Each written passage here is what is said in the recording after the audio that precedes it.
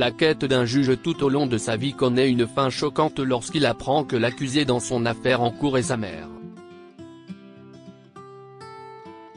Alors que tant de décennies se sont écoulées et qu'il mène des vies très différentes, sera-t-il capable de garder son calme lorsqu'il découvrira ses sombres secrets? Le juge Kane en était à sa 4e tasse de café ce soir-là alors qu'il passait en revue les dossiers du tribunal. Quelque chose n'allait pas.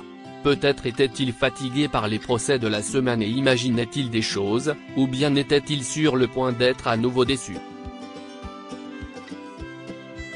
Il n'arrivait pas à croire que devant lui, entre ses mains, se trouvait le dossier d'une femme portant le même nom que sa mère disparue. Il n'avait eu aucun indice sur sa mère pendant des décennies, et il n'avait aucune idée s'il la retrouverait un jour. Le juge Kane était un adolescent passionné lorsqu'il a décidé de poursuivre une carrière juridique. Et tout a commencé après que la discussion sur sa mère a été interdite dans le foyer des Kane. Le père du juge Kane ne parlait jamais de Martha, même si son fils le harcelait. À 14 ans, il voulait absolument retrouver sa mère et a donc décidé de le faire seul, sans l'aide de son père. Mais à l'époque, il n'avait pas les compétences nécessaires pour le faire, ce qui l'a poussé à faire carrière dans le droit. Il s'est dit que le fait d'être avocat l'aiderait à obtenir des pistes précieuses et à faire avancer ses recherches si rapidement qu'il trouverait Martha en un rien de temps. Mais les choses ne se sont pas passées comme il l'avait prévu. Lorsqu'il est devenu juge des années plus tard, sa vie est devenue plus occupée et plus exigeante. Il a réussi à trouver le nom de sa mère après être tombé sur son acte de naissance dans la maison de son père, mais rien de plus. Pour une raison ou une autre, son père voulait qu'il mette fin à sa recherche interminable de Martha. Elle n'avait rien à faire de toi quand elle t'a abandonné, Geoffrey, lui a-t-il dit. Quel est l'intérêt de continuer à la chercher après toutes ces années? Je n'ai pas le choix, papa, a déclaré le juge Kane. Tu ne m'as jamais rien dit sur elle, et je ne vais pas m'arrêter tant que je n'aurai pas compris pourquoi elle m'a abandonné. Son père soupira. Il faut que tu mettes un terme à tout cela, mon fils, a-t-il dit. Tout ce que je peux dire, si est que si est pour ton bien. Trop de gens vont souffrir à cause de ce que tu fais. Moi, toi, eh bien, je ne veux pas nommer la femme qui t'a forcé à commencer cette folle recherche. Mais à maintes reprises, le juge Kane avait rencontré la déception. Il a cherché les coordonnées de sa mère dans des bases de données publiques après avoir découvert son nom, mais le nom Martha était si courant qu'il lui faudrait probablement des années pour rencontrer personnellement toutes les Martha et trouver sa mère parmi elles. Mais cela n'a pas découragé le juge Kane. Malgré son emploi du temps chargé, il a rencontré les Martha qu'il avait trouvées en ligne, mais tout cela n'a servi à rien. Ce n'est pas comme si quelque chose avait mené à quelque chose qui aurait pu aider sa recherche. Même après des années de recherche, il n'y avait aucune trace de la mère du juge Kane, et il était découragé à chaque fois que sa recherche ne donnait pas de résultats. Enfant, il enviait ses amis qui avaient une mère. Il enviait les repas préparés à la maison par les mères de ses amis et les gâteaux qu'elles préparaient pour les anniversaires de leurs enfants. Comme son père était célibataire, le juge Kane avait grandi en mangeant des plats à emporter pour le dîner, et il n'avait jamais vraiment su ce que signifiait avoir une mère aimante qui lui préparait de délicieux dîners, le harcelait parce qu'il jouait aux jeux vidéo toute la nuit, et le choyait. Mais tout a changé un soir. Le juge Kane examinait les dossiers judiciaires d'une femme qui avait fui à l'étranger après avoir abandonné son enfant avec son ex-mari. son ex-mari voulait qu'elle lui verse une pension alimentaire et avait intenté un procès. Le juge Kane a retiré ses lunettes et a enfoui son visage dans ses paumes. « Je n'arrive pas à y croire », soupira-t-il, après avoir lu les dossiers. Pourrait-elle vraiment être ma mère? J'ai l'air fou, n'est-ce pas? Le juge Kane a pris une longue inspiration, incapable de comprendre la situation. Puis il s'est soudain souvenu de quelque chose et a sorti à la hâte un dossier de son tiroir et a commencé à comparer certains détails. Le dossier était celui de l'hôpital de Martha qu'il avait trouvé chez son père. Il a comparé le nom figurant sur les dossiers du tribunal et de l'hôpital, et ils étaient identiques. Il a ensuite comparé les âges, et ils correspondaient aussi. Le juge Kane a été choqué. Il ne pouvait pas détacher son regard de la photo qu'il avait trouvée dans les dossiers de l'affaire. « Maman ?» s'est-il demandé en regardant la photo. « Est-ce vraiment toi ? Est-ce que je t'aille enfin trouvé ?» Le juge Kane a eu une idée et a tout de suite composé le numéro de sa secrétaire. « Bonjour, Lise. Je m'excuse de vous appeler après les heures de bureau, mais pourriez-vous, s'il vous plaît, me transmettre tous les dossiers relatifs à l'affaire 305 178, si est urgent. Je ne vous aurais pas dérangé autrement. Je suppose que je les ai déjà transmis à votre bureau, monsieur, expliqua-t-elle. Je les ai envoyés ce matin. Je me souviens que les avocats de la partie civile avaient soumis les rapports ADN, et je ne les vois pas ici dans les dossiers. Pendant que vous cherchez, je voudrais savoir s'il est possible de contacter le laboratoire médico-légal et de refaire le test. Je n'aurai besoin de toute urgence. Si est noté, monsieur. Je ferai cela pour vous à la première heure demain matin. Je vous en prie. Merci beaucoup. En comparant les dossiers hospitaliers de sa mère au dossier du tribunal, le juge Kane s'est rendu compte qu'il avait reçu les résultats du test ADN en tant que nouvelle preuve lors de la séance précédente du tribunal. Il n'avait pas encore eu l'occasion de les examiner et a donc décidé de reporter le procès. Il allait faire comparer son ADN avec celui de Martha qu'il avait trouvé dans les dossiers de l'affaire. Il savait qu'il devrait se retirer de l'affaire s'il correspondait, mais rien n'était plus important pour lui que de retrouver sa mère. Après tout, cela faisait des décennies qu'il essayait de la retrouver. Une semaine plus tard, les résultats du test ADN sont enfin arrivés. Les mains du juge Kane tremblaient lorsque sa secrétaire lui a remis l'enveloppe contenant les résultats. Il a respiré profondément et a sorti les feuilles de papier agrafées. Ses yeux étaient grands comme des soucoupes lorsqu'il a lu le rapport. « Mon Dieu !» soupira-t-il. Ce n'est pas possible. »« Oh, non. Monsieur ?» demanda sa secrétaire Lise. « Vous allez bien ? » ?»« Oh non, non.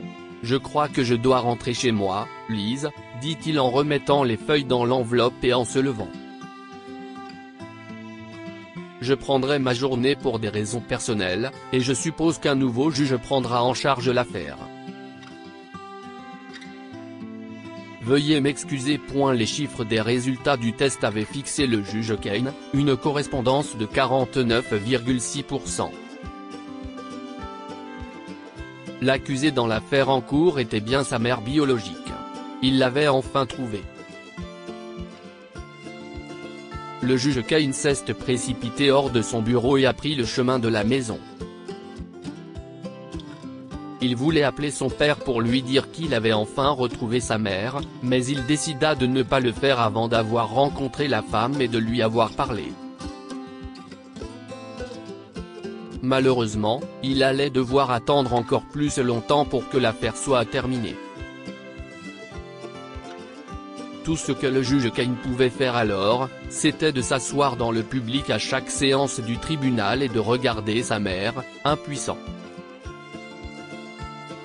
Il n'arrivait pas à croire qu'elle était sous ses yeux, et pourtant il ne pouvait pas l'approcher. Je me demande ce qui t'a poussé à m'abandonner, maman ? Se demandait-il chaque fois qu'il la voyait. Et pourquoi ferais-tu la même chose à ton deuxième enfant ? Qu'est-ce ce qui te prend ? Il a fallu des mois pour que l'affaire soit conclue, mais le juge Cain n'a pas manqué une seule séance du tribunal. Le juge qui présidait l'affaire a finalement tranché en faveur de l'ex-mari de Martha, qui recevra désormais une pension alimentaire. Le juge Cain a remarqué que Martha avait l'air très déprimée le jour de l'annonce du verdict. Lorsqu'il l'a vue quitter le tribunal, il l'a secrètement suivie dans sa voiture. Il avait supposé qu'elle rentrerait chez elle, mais elle s'est arrêtée dans une vieille librairie de la vieille ville. Le juge Cain l'a suivie à l'intérieur du bâtiment, et tout ce qu'il pouvait voir autour d'eux, c'était des livres. Au fur et à mesure qu'il avançait à l'intérieur, il a finalement vu Martha. Elle était assise à une vieille table en bois dans un coin, et regardait par la fenêtre. Le juge Cain s'est calmé et s'est approché d'elle. « Excuse-moi », a-t-il balbutié, et elle s'est retournée pour le regarder. Ses yeux étaient rouges et gonflés d'avoir pleuré. « Qui êtes-vous » le juge Cain déglutit en prenant place en face d'elle. « Si est peut être difficile à entendre pour toi. Mais maman, si est moi, Geoffrey. » Geoff ? Martha a sursauté. Tu es mon fils ? Comment m'as-tu trouvé ? Le juge Cain soupira. Si est une longue histoire, maman, a-t-il répondu. Je suis juste content de t'avoir trouvé. Écoute, je ne te déteste pas ou quoi que ce soit, malgré ce que tu as fait. Tout ce que je veux, ce sont des réponses. Si est tout. Tu ferais mieux de partir, Geoff. Je ne suis pas d'humeur à faire quoi que ce soit. En fait, je présume que tu m'as suivi jusqu'ici, ce qui est très ennuyeux de ta part. Tu n'aurais pas dû venir ici. Si est tout ce que tu as à dire ? Demanda-t-il. Après tout ce temps ? Oui, si est tout ce que j'ai à dire, dit-elle avec raideur. Parce que je n'aille jamais regretter de t'avoir quitté, si est ce que tu veux entendre. Maman. Le juge Cain est resté sans voix. Qu'est-ce ce que tu veux dire ? Tu m'as manqué toutes ces années. Eh bien, Geoff, je ne regrette pas ce que j'ai fait, dit-elle sans ambages. J'étais une femme très ambitieuse, et je le suis toujours. Quand j'étais enceinte de toi, j'étais jeune et je ne savais même pas qui était ton père. Je n'avais pas les moyens de subvenir à tes besoins, alors je t'ai confié à mon frère, David. Je lui avais promis de revenir bientôt, et je attends. Quoi ? Tu m'as laissé avec ton frère ? Ça veut dire que papa. Si est mon oncle ? Si est pour ça qu'il n'a jamais parlé de toi ? Et il ne s'est jamais marié et n'est même jamais sorti avec quelqu'un. Oh, donc il ne t'en a pas parlé. Eh bien, il t'aimait probablement trop et avait peur que cela te brise le cœur, se moqua-t-elle. Mais oui, David est mon frère et ton oncle. Mais quel imbécile émotif. Je ne m'attendais pas à ce qu'il sacrifie sa vie pour toi. Et je ne sais pas à quoi je pensais quand je suis retombée amoureuse et que j'ai eu un autre fils. Je me suis dit que si je disparaissais à l'étranger, tout irait bien. Je m'étais construit une vie. J'en étais fier et je n'avais aucun regret. Mais il a fallu qu'il me trouve et qu'il me traîne devant le tribunal. Quel gâchis! Mon entreprise va devoir payer les pertes maintenant qu'elle a porté atteinte à ma réputation, et j'ai beaucoup de soucis en ce moment. Alors si tu as tes réponses, s'il te plaît, laisse-moi tranquille. Je ne veux plus jamais te revoir. Le juge Kane a été choqué. De quoi diable es-tu seulement fier? A-t-il lâché? Tu es horrible. Papa avait raison. Je n'aurais pas dû perdre toutes ces années à te chercher. Je pensais que tu étais obligé de m'abandonner à cause des circonstances. Mais maintenant, je vois que tu ne m'as jamais mérité. Eh bien, maman, l'enfer attend une femme égoïste comme toi. Le juge Kane était déçu en rentrant chez lui ce jour-là. Il avait espéré que les choses se déroulent différemment. Il s'attendait à ce que sa mère se repentit, et il avait espéré pouvoir la serrer dans ses bras et lui dire qu'il l'aimait malgré tout. Mais rien de tout cela ne s'est produit. Ce qui s'est passé, si est ceci, Martha faisait la une de tous les journaux le lendemain matin. Elle dirigeait une entreprise de vêtements pour enfants, et comme sa récente affaire impliquant son propre enfant avait terni sa réputation, son entreprise perdait de l'argent, exactement comme elle l'avait prédit. Eh bien, elle l'a mérité, siffla le juge Kane en feuilletant le journal. À ce moment-là, son téléphone a sonné. David l'appelait. Salut, papa, dit le juge Kane. Quoi de neuf?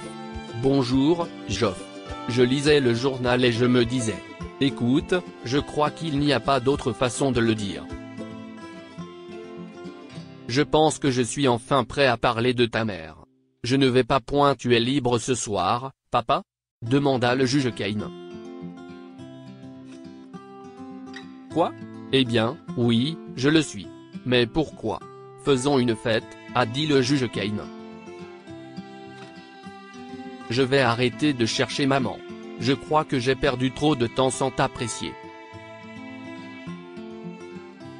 Merci d'être le meilleur des papas. Geoffrey, tu vas bien? Plus que jamais, papa, a-t-il répondu. Et je te verrai ce soir. Je passerai te voir et j'apporterai ton vin préféré. Je t'aime, papa. Le juge Kane a décidé de laisser son passé derrière lui et d'aller de l'avant. Pourquoi? Parce que c'était pour le mieux. Il a finalement décidé de se rapprocher de son demi-frère, et des années plus tard, ils sont toujours en contact et meilleurs amis. L'entreprise de Martha a fait faillite il y a longtemps, et ses partenaires et clients l'ont abandonnée malgré toutes ses tentatives. Elle a essayé une fois de se réconcilier avec le juge Kane et son deuxième fils, mais les enfants savaient que ce n'était qu'une comédie parce qu'elle voulait sauver sa carrière vouée à l'échec. Puis, il y a près d'un an, une maison de retraite a contacté le juge Kane et l'a informé que Martha n'était plus. Elle était morte seule dans la pauvreté. Le juge Kane n'avait qu'une chose à dire à son interlocuteur. Je suis désolé, mais je ne sais pas de qui vous parlez. Vous vous êtes trompé de numéro. Elle n'était pas de ma famille. Que pouvons-nous apprendre de cette histoire? On devient parent par l'amour et l'attention et pas nécessairement par la biologie. Bien que Martha ait été la mère biologique du juge Kane, elle ne s'est jamais occupée de lui. David, quant à lui, était son oncle, mais il l'aimait plus qu'un fils. Vous devez être prêt à payer le prix lorsque vous suivez le mauvais chemin. En fin de compte, Martha a dû payer pour ses actes.